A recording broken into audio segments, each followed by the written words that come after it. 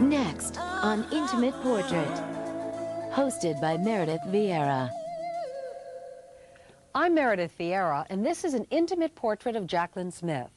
Any of us who watched the TV series Charlie's Angels knows which one of the karate chopping beauties was Jaclyn Smith. She was the low-key brunette. Well, later in TV movies, she was Jacqueline Kennedy, Florence Nightingale, and George Washington's sweetheart. But in real life, she is a real woman who suffered real troubles of the heart and still found great joy in her children. Here's John Forsythe, Jacqueline's friend and voice of that famous Charlie, to tell us more about Jacqueline's journey. Jaclyn Smith's career on screen has spanned over 20 years, making her one of the most beloved and enduring actresses working today. Not content to rest on her laurels, Jaclyn has also become a high-profile businesswoman after launching her own line of clothing. Jacqueline's biggest joy in life, however, is her family, and she's a devoted mother to her 2 children. Like all working moms, she's made trade-offs along the way to achieve that delicate and often hectic balance between career and motherhood. Jaclyn has accomplished this with a grace and style that's made her famous. We'll take an intimate look at this dynamic and talented lady as we profile her struggles and triumphs, revealing the secrets of the woman who really does have it all. I'm John Forsythe. Please join us for an intimate portrait of Jaclyn Smith.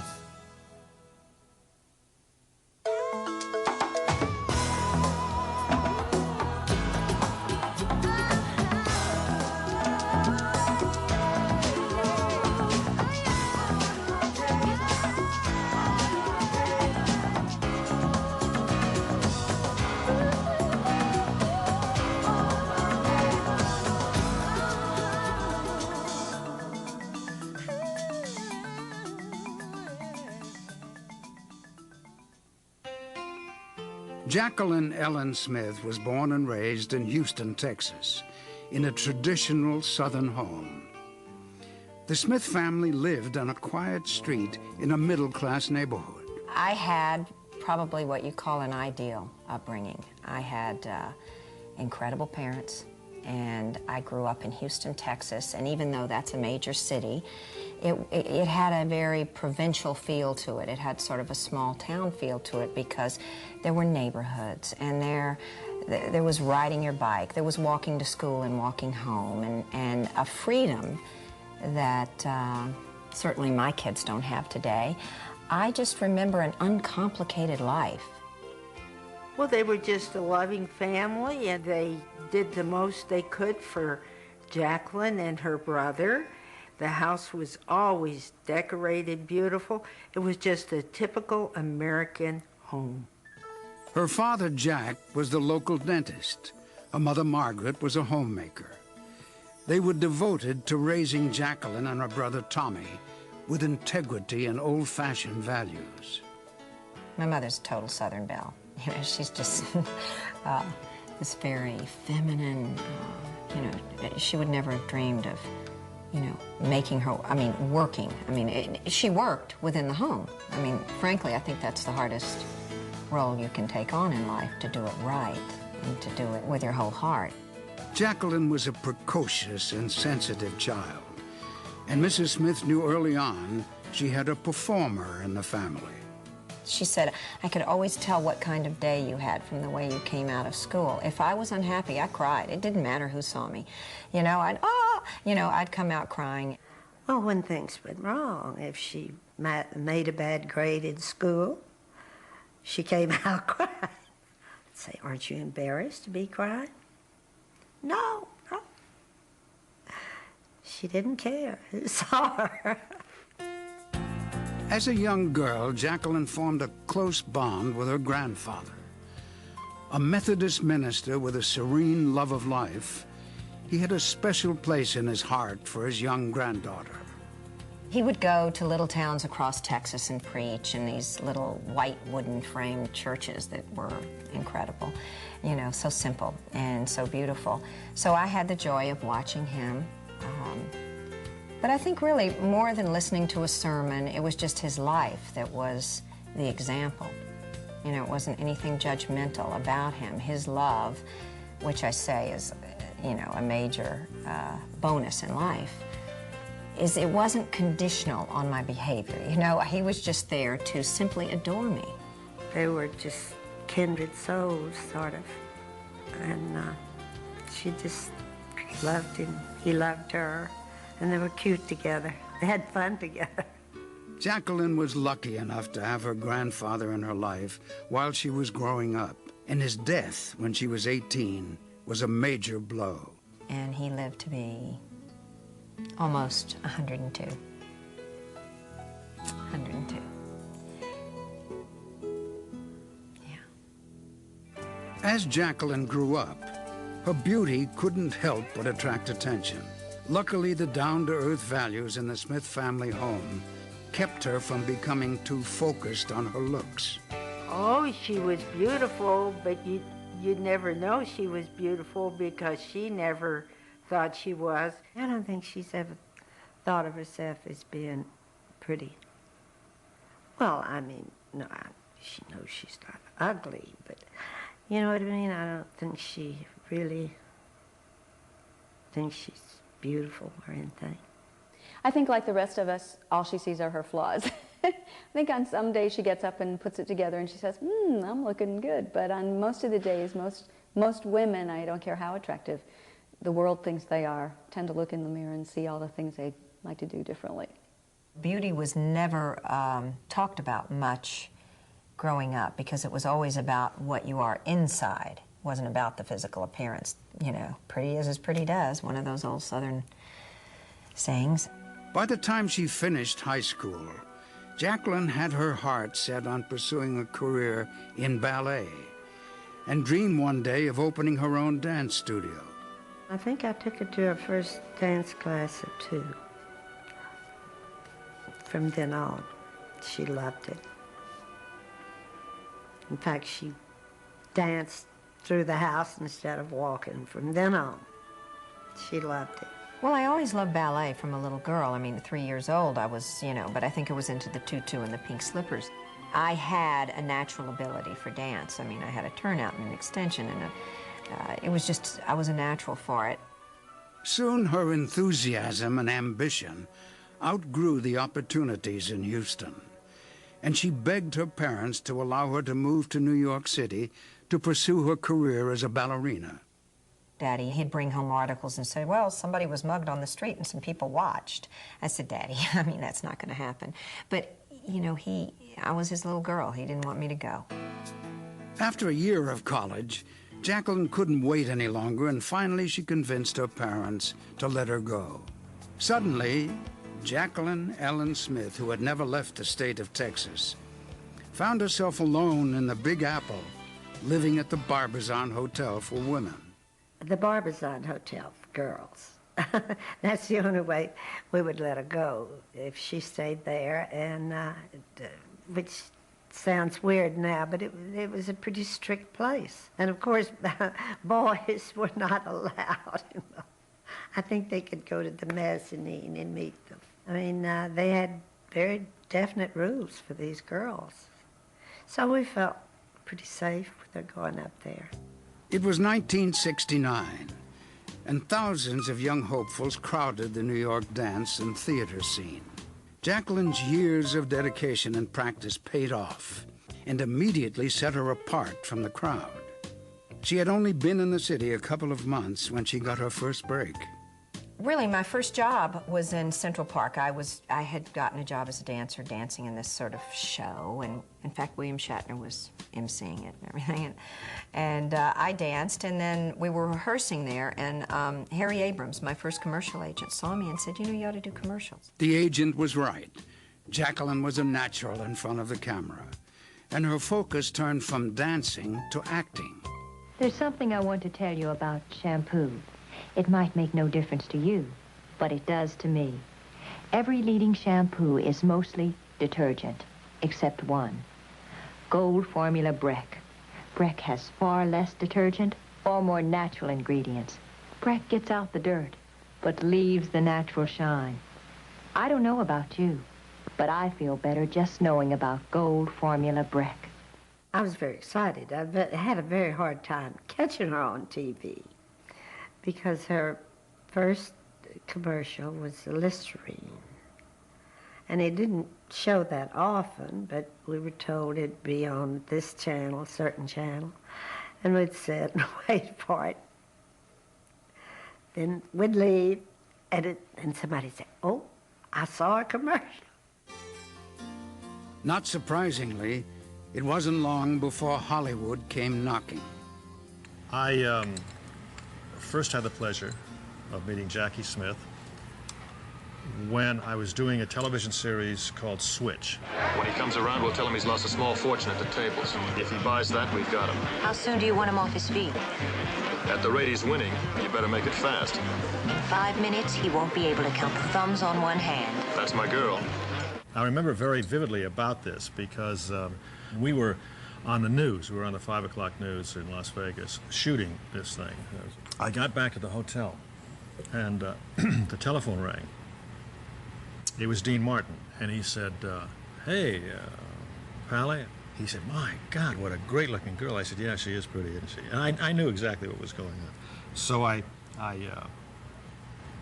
went back to Jackie the next day, and I said, "I got a call yesterday after I got back to the hotel." She said, "From Dean Martin?" Dean Martin? I don't remember. I mean, it's vague. It's vague. Dean Martin wasn't the only one to notice her. Little did she know, the young girl from Texas was about to become a household name. Stay tuned for more Intimate Portrait with Jaclyn Smith. Welcome back to an Intimate Portrait with Jaclyn Smith. I'm John Forsythe. 2 Scotch and water, 2 vodka tonics, 1 Bloody Mary. And an AJ. And 1 apple juice. Jacqueline's performance as Allie on Switch impressed star Robert Wagner, who was about to produce a new primetime show with Aaron Spelling and Leonard Goldberg. Smith's life and the face of television would change forever. In the creation of Charlie's Angels, I had to do with recommending the writers that were the ones that originated it. And my late wife and I, Natalie Wood, had a commitment, 3 commitments with ABC, and Leonard Goldberg called me, and he said, "We have a terrific idea for a show." And I read the script. I thought it was terrible. He said, "I think that this show will be the biggest hit that you could ever imagine." He said, "I think that these girls are going to wind up on the cover of Time magazine." I said, "Leonard, I think you're absolutely crazy, but if you want to go ahead with it, yeah, we'll go in with you."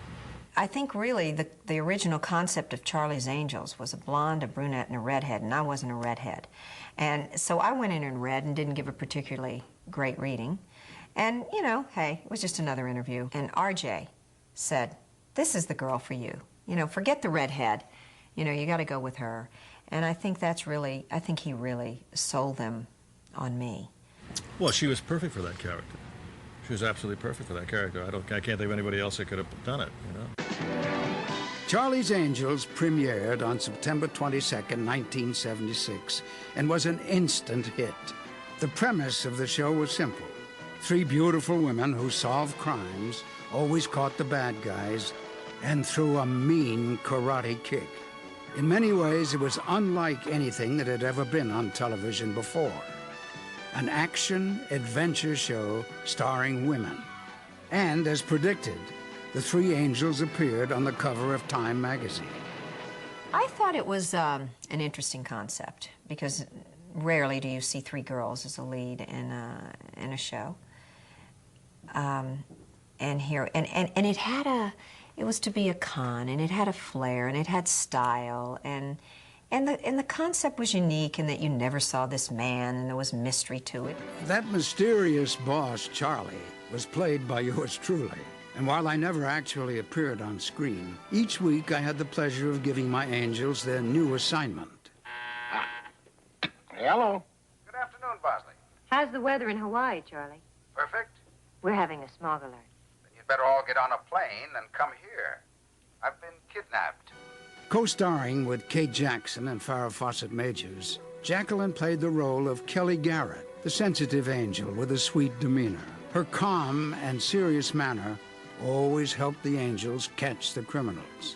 Cheryl Ladd joined up during the second season after Farrah left the show. We had a couple of possibles. We're running out of time, so we better split up. You take the car, I'll grab a cab. Check this one out, and I'll see you back at the hotel, okay? Got it.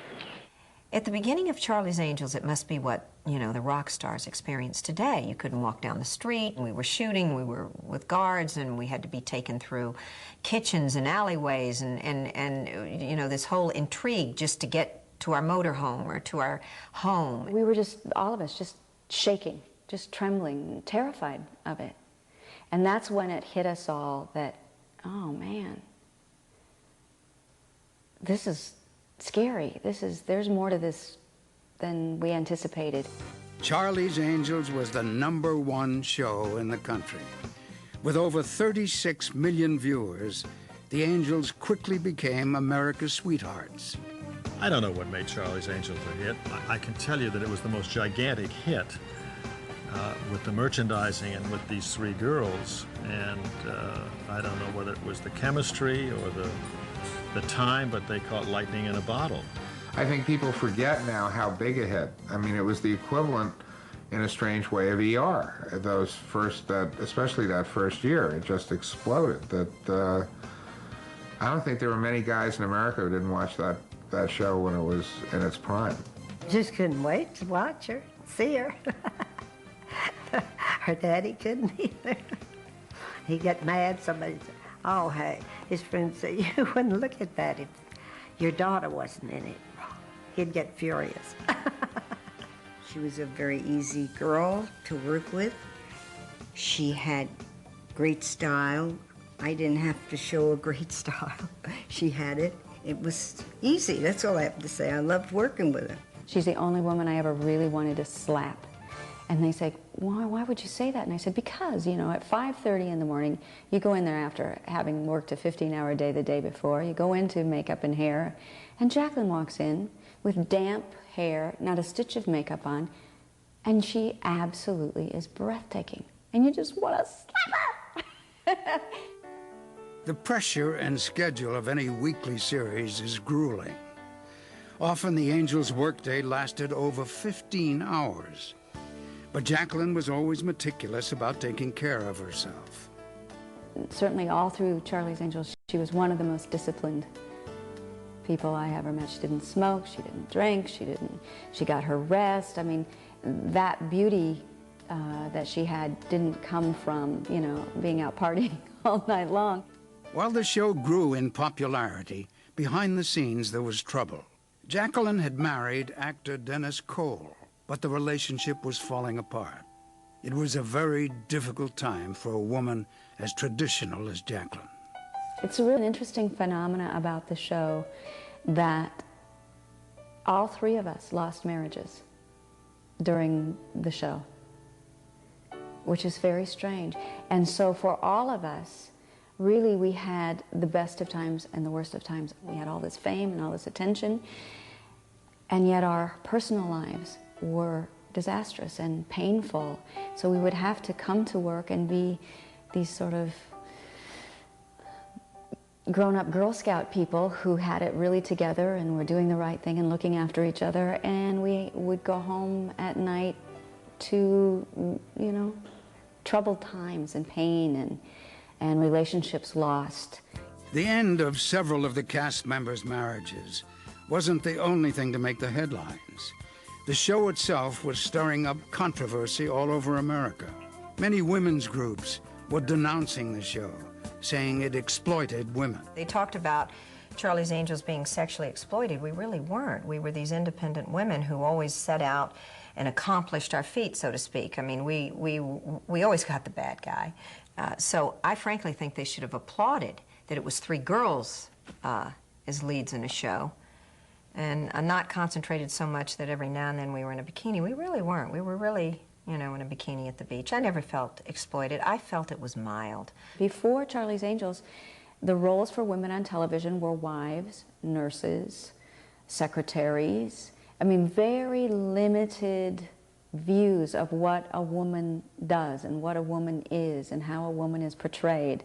And in a really strange way, I think it gave little girls the idea that they could be powerful, that they could get the bad guy. And when you look at what the shows are now, from Baywatch on, the inherent, obvious sexuality of the show. Well, you look at Charlie's Angels, it was like, hello, milk and cookies? Do you guys want cookies? Okay, great. You okay, Kelly? You okay, Bree? I mean, that was our dialogue. Please.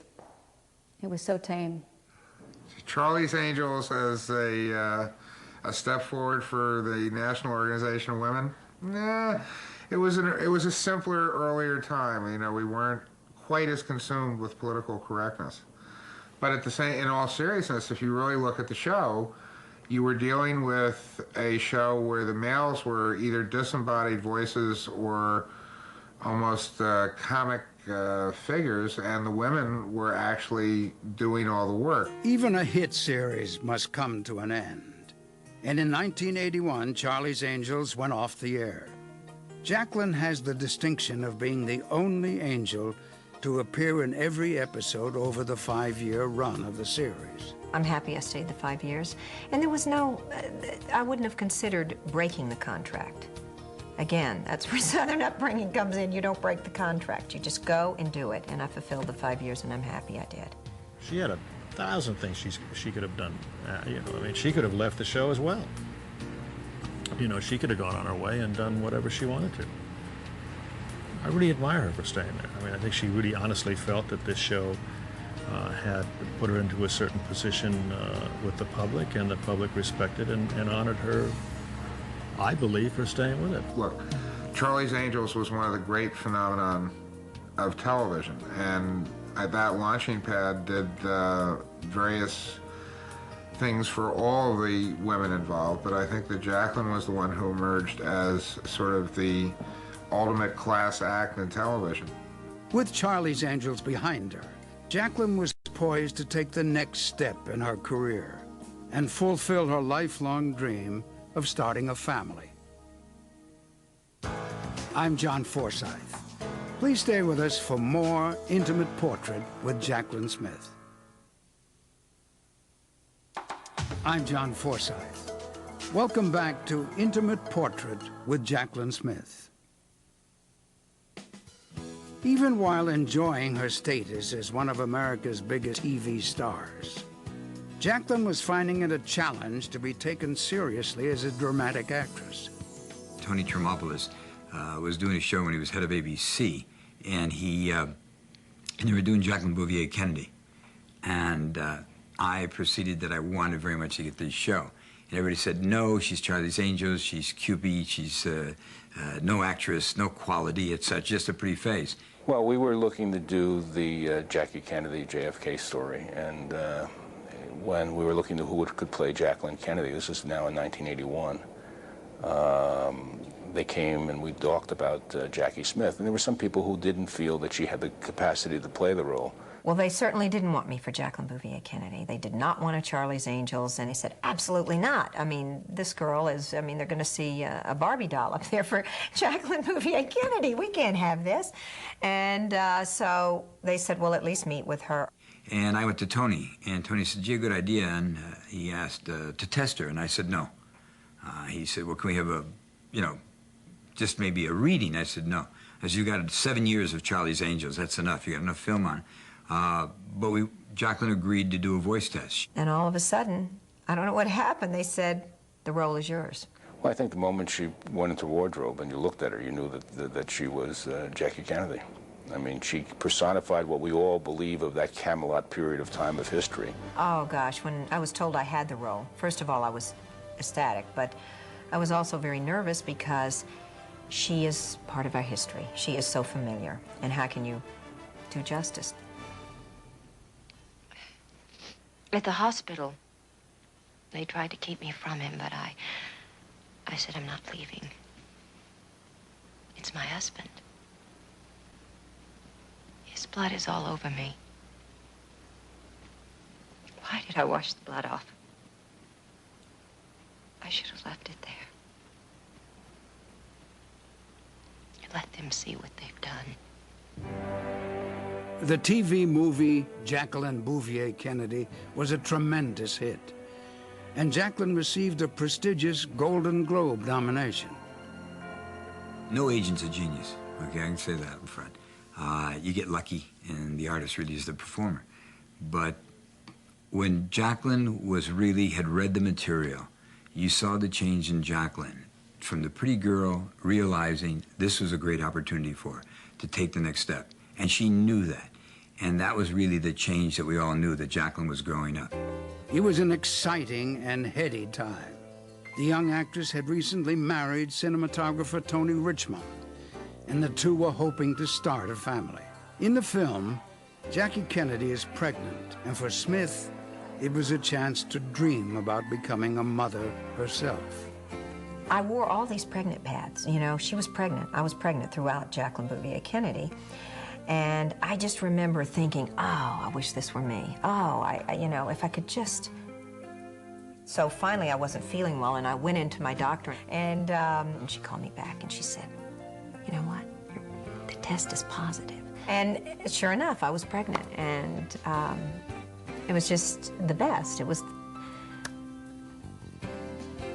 Oh, God. It was the best, you know, day of my life. That of all the people, maybe at that time of my life, young women that I met, I thought Jacqueline would be a wonderful mother and should be a mother, because her kids were going to get a lot of love and a lot of patience, and they were going to be listened to and cared about, you know? Jacqueline's very public pregnancy caused quite a stir, and she celebrated her pregnancy with her fans. Overnight, she became America's icon of motherhood. Son Gaston, named after Jacqueline's grandfather, was born March 19, 1982. 3 years later, daughter Spencer Margaret joined the family. For Jacqueline, motherhood would prove to be her most rewarding role ever. All of a sudden, in a flash of a second, they're in your arms. And from the moment they're there, you know. There isn't anything you wouldn't do for them. Not a thing. And I mean, that's the way I feel. It's really hard to articulate the kind of love, magic, fulfillment they make. As often happens in life, joy was mixed with heartache when Jacqueline and her husband Tony parted ways after 8 years together. It's heartbreaking when a family breaks up, but, you know, you have to, you know, be strong about it and realize that, you know, you're just going to do everything to make it okay for the children. That's the sad thing. I think I think one thing Tony and I did right is have the children. That we made no mistakes about. And that was the most positive part of our relationship, because out came these two unique, wonderful children. And I'll always be grateful to him for that. Those who know Jacqueline know that, you know, that the public perception of a faultless, flawless life is hardly true. I mean, that she has had her share of hard knocks. Life is usually 3 steps forward and 2 steps back. But she perseveres, and she has gone through, you know, bad spells and never let anybody else know about it. Even when she was going through a very painful separation, she never laid that burden on anybody else. You know, what makes our particular situation difficult is that we parent in a different way. And I think the children sort of see that and understand it. But again, they have to deal with it, and that's heartbreaking that they have to deal with it. I mean, believe me, I've shed many tears over it, because you want to give them the most positive start that you can. Jacqueline's career was booming, with starring roles in huge miniseries like Robert Ludlum's The Bourne Identity and Sidney Sheldon's Rage of Angels. But as her children grew older, it was becoming more difficult to take them on location. Now a single mother, Jacqueline would have to make the difficult choice of which came first, being an actress or being a full-time mom. I think Jacqueline could have done more professionally if it wasn't she had to go to a PTA meeting, or she had to go to Gaston's ball game, or hockey game, or get up early in the morning to drive Gaston to go surfing. And instead of saying, well, I can't go because the kids are going to be out of school and we've planned a vacation. But I said, well, I have this particular script. I think it's a good move. No, Jack, I can't do that. And I know not to argue with her about that. And I do have respect for it. Motherhood is the number one thing in Jacqueline's life. And I think motherhood is probably the toughest profession that any woman can have. She's a wonderful mother. The life I've chosen is certainly not always easy. And, you know, I'm a working mother, and there's guilt that goes into that. But I'm fortunate because I can pick and choose what I do now, because being a part of my children's life is the most important. I don't want to work around the clock. I don't want to take one movie after another, because I would miss too much, and I know me, I would regret it.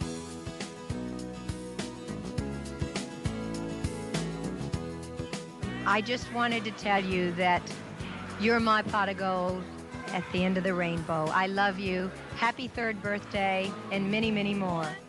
On March 19th, 1982, when you were born, I was undoubtedly the happiest mother in the whole wide world. And now it's 10 years later. Oh, God. You know me, I always cry. Oh, you know, I'm not going to even, I always cry in these, so I love you so much. I'm the luckiest mom in the whole world, and I thank God every day. I love you.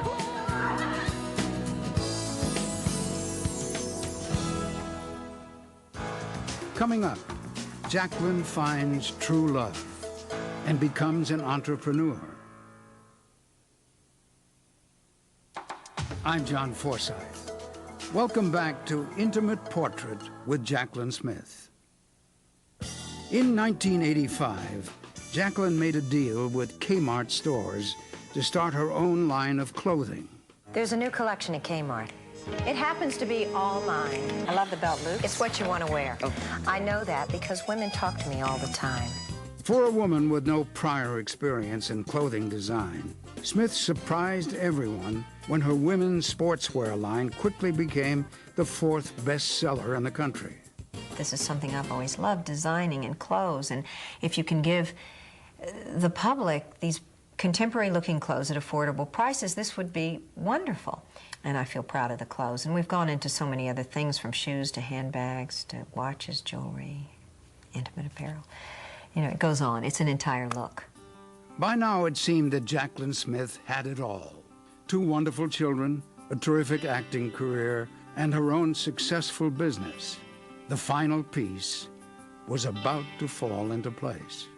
We met under not the most ideal circumstances, because Daddy was in the hospital, and he was going to undergo bypass surgery, and Brad was the doctor. And Brad came into a room full of people, all family, my mom and brother and my daddy's 2 brothers, and, you know, whole Lana was in, everybody was in there. And everybody was like, you know, he comes in and he said, I'm here to answer any questions. And Jacqueline was sitting on the bedside, and I did my best to ignore that she was there and that I knew who she was, and talk to her mother and her father, because I'd actually met them earlier in the day. And they went all the way around the room, and everybody got introduced to me, and I met everybody, and when they finally got to her, I just looked at her and I said, that's okay, I know who you are. Well, little did he know, I had 100 questions. And again, my mother goes, enough. You know, this doctor's probably been standing on his feet for 15 hours. Don't keep asking the questions. And with every question, I mean, I don't leave a stone unturned, and I just kept on and on and on. And he answered every one with such, I mean, he was so patient, and whatever you want to know. And I got the feeling that if I wanted to ask 100 more questions, Brad would answer 100 more questions. Her mother just said to me, you know, I don't really like her walking down to the car by herself. And I said, well, I'll be happy to walk her down. And we walked down and we started talking about restaurants. And one of my favorite restaurants that I really liked, she had never even heard of or been to. I said, oh, I should take you there sometime. She said, oh, all right, sometime. And, you know, I can grab a hamburger and go, but I thought, boy, you know, he really likes this. He's so romantic, and he wants this evening to be so perfect, so we did that. And believe it or not, we went there, and nobody was there. The entire restaurant is as though I had arranged to go to this wonderful place and had bought every table and nobody was there. We were it. So we had like 8 or 10 waiters with nothing to do that night. And they brought us samplings of every dish, and we had like 8 desserts and eight main courses and everything else because we had for some reason everybody canceled, and so it was a wonderful, wonderful first date. And I just thought, this is the nicest person I've ever met. This is such a unique individual. He's so decent. Jacqueline's instincts were right on, and Brad stood by her during her father's difficult illness and subsequent death. So Brad went through all that with me, so like I say, he's a very patient man. It was clear to everyone around them that the couple was in love. And after a long and romantic courtship, Jacqueline and Brad were married. I love the ring, and it was the thought it's the thought. I mean, yes, it's a beautiful ring, but his thought and his care to get it for me is what's the best gift. He's sentimental, he's a romantic. But the wedding was everything I could have hoped for. It was really very, very pretty, very gorgeous, and it was set up. Jacqueline did a lot of special touches with the flowers and everything. She did a lot of things she didn't tell me she was going to do. I didn't get to choose my wedding dress. I chose a wedding dress, and I didn't try it on because I was running with the kids and all the family was in, and my daughter was performing at school, and so all of a sudden, the day of the wedding, I try it on and the lining is all messed up. And I thought, I can't wear this, what am I gonna do? So, you know, I called someone and I said, you know, this lining, da-da-da-da. And my secretary, Alana, ran to this designer who knows me, and they sent a dress, and that's the dress I wore. I didn't even get to pick my wedding dress. Believe it or not, the newlyweds only get to see each other on weekends, because Brad's work as a surgeon is based in Chicago, while Jacqueline and the kids live in Los Angeles. It's worked fairly well, because at least when I come in, we have concentrated time. We know we don't see each other during the week, so we do things together. Whereas on some weekends, you know, somebody might go play golf or go shopping, and the husband and wife wouldn't even see each other a lot of days. We know this is our only time, so we spend it together. Jaclyn Smith has been called one of the most beautiful women in the world. She's been on countless magazine covers featuring many different looks and styles.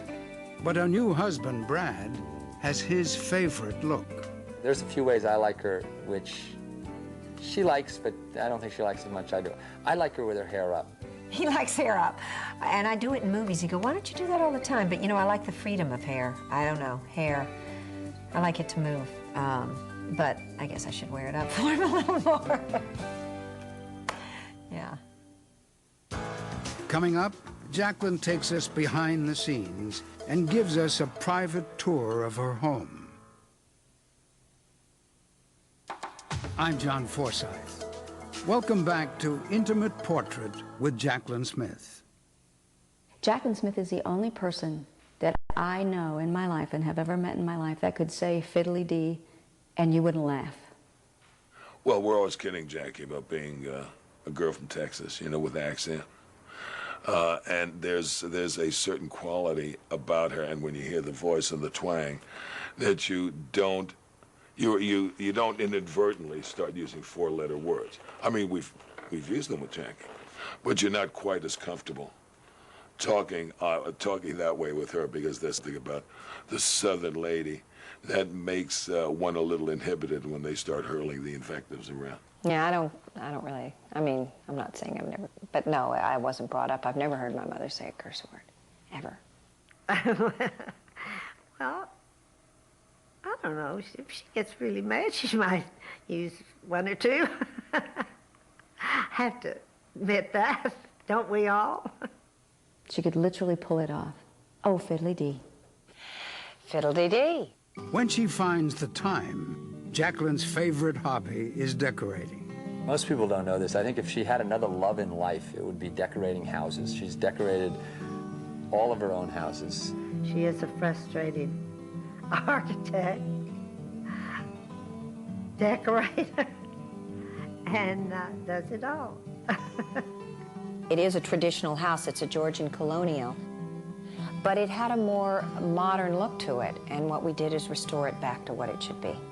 Well, this is our bedroom, and this is another room that was totally changed. I mean, it had a flat ceiling. We raised the roof line, and we extended out several more feet in this part, which is the sleeping area of the room. It was very difficult to, like I say, raise the entire roof line, push out. There's a little balcony out there. And then I made this balcony because it's sort of like it's a little study for me up there, and I work up there and have all kinds of little mementos that I have gotten and collected through the years from the children. And then we put in this beautiful window, which brings in great light during the daytime. The fireplace is the one thing in the room I didn't change, but I found these old doors and I put the TV, you know, behind here. So I'm constantly, you know, looking for just architectural pieces to add in. Jaclyn Smith is a woman who really does seem to have it all. Her acting career is more exciting than ever. Her line of clothing at Kmart is one of the top-grossing sportswear collections of all time. And the mother of two now has a new husband, a beautiful home, and the life of her dreams. It's almost impossible to, quote, have it all, that it's either family or career, unfortunately, and very few of them have managed to meld both sides of the equation successfully, and I think she's one of the ones who's done it. She's somebody you like. She's somebody you would like. She's somebody you would want to meet. She's someone you would want to sit next to. Because she's genuine, she cares, she's not all on the top. There's a real inner life in this person. Look into Jacqueline's eyes. It's very honest. And she projects it. There are no hidden agendas with Jaclyn Smith. Television, in my opinion, all is about characters, and the characters that you play, and how you can convince the audience that you are that character, but also you're a guest in their home. And Jackie Smith is a welcome guest in America's homes. She is just the epitome, I think, of a Southern woman. When the world seemed to be bashing us all and sort of taking its toll on us all, somehow Jaclyn seemed to kind of float through things and be elegant and ladylike through it all, and the rest of us were pulling our hair out. She's a woman who's got a lot of great warmth within her, and that comes out. And I think that she's very forthright, very straightforward, and a woman who's, I guess you can sort of tell I love her, can't you? She's the girl down the block, and that's, I guess, what I was always looking for, and that's who she is. I'm lucky. And I have these wonderful children, and now a wonderful husband, so what's there to complain about? I mean, you know, you just have to say, thank you, God. Thank you every day. Okay, Mom, I love you. You're the best. Sorry to cut it short, but I'm heading to gymnastics. Bye.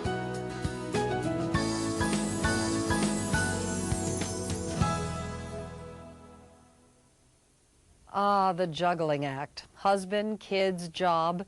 And did you know that since 1991, she's been the permanent honorary chairwoman of the Crippled Children's Society? Well, no woman is born with the secret of how to pull off the juggling act with grace. But Jaclyn Smith seems to have found her balance. Maybe it's because, as a lifelong dancer, balance is, in the end, necessary. For Intimate Portrait, I'm Meredith Vieira.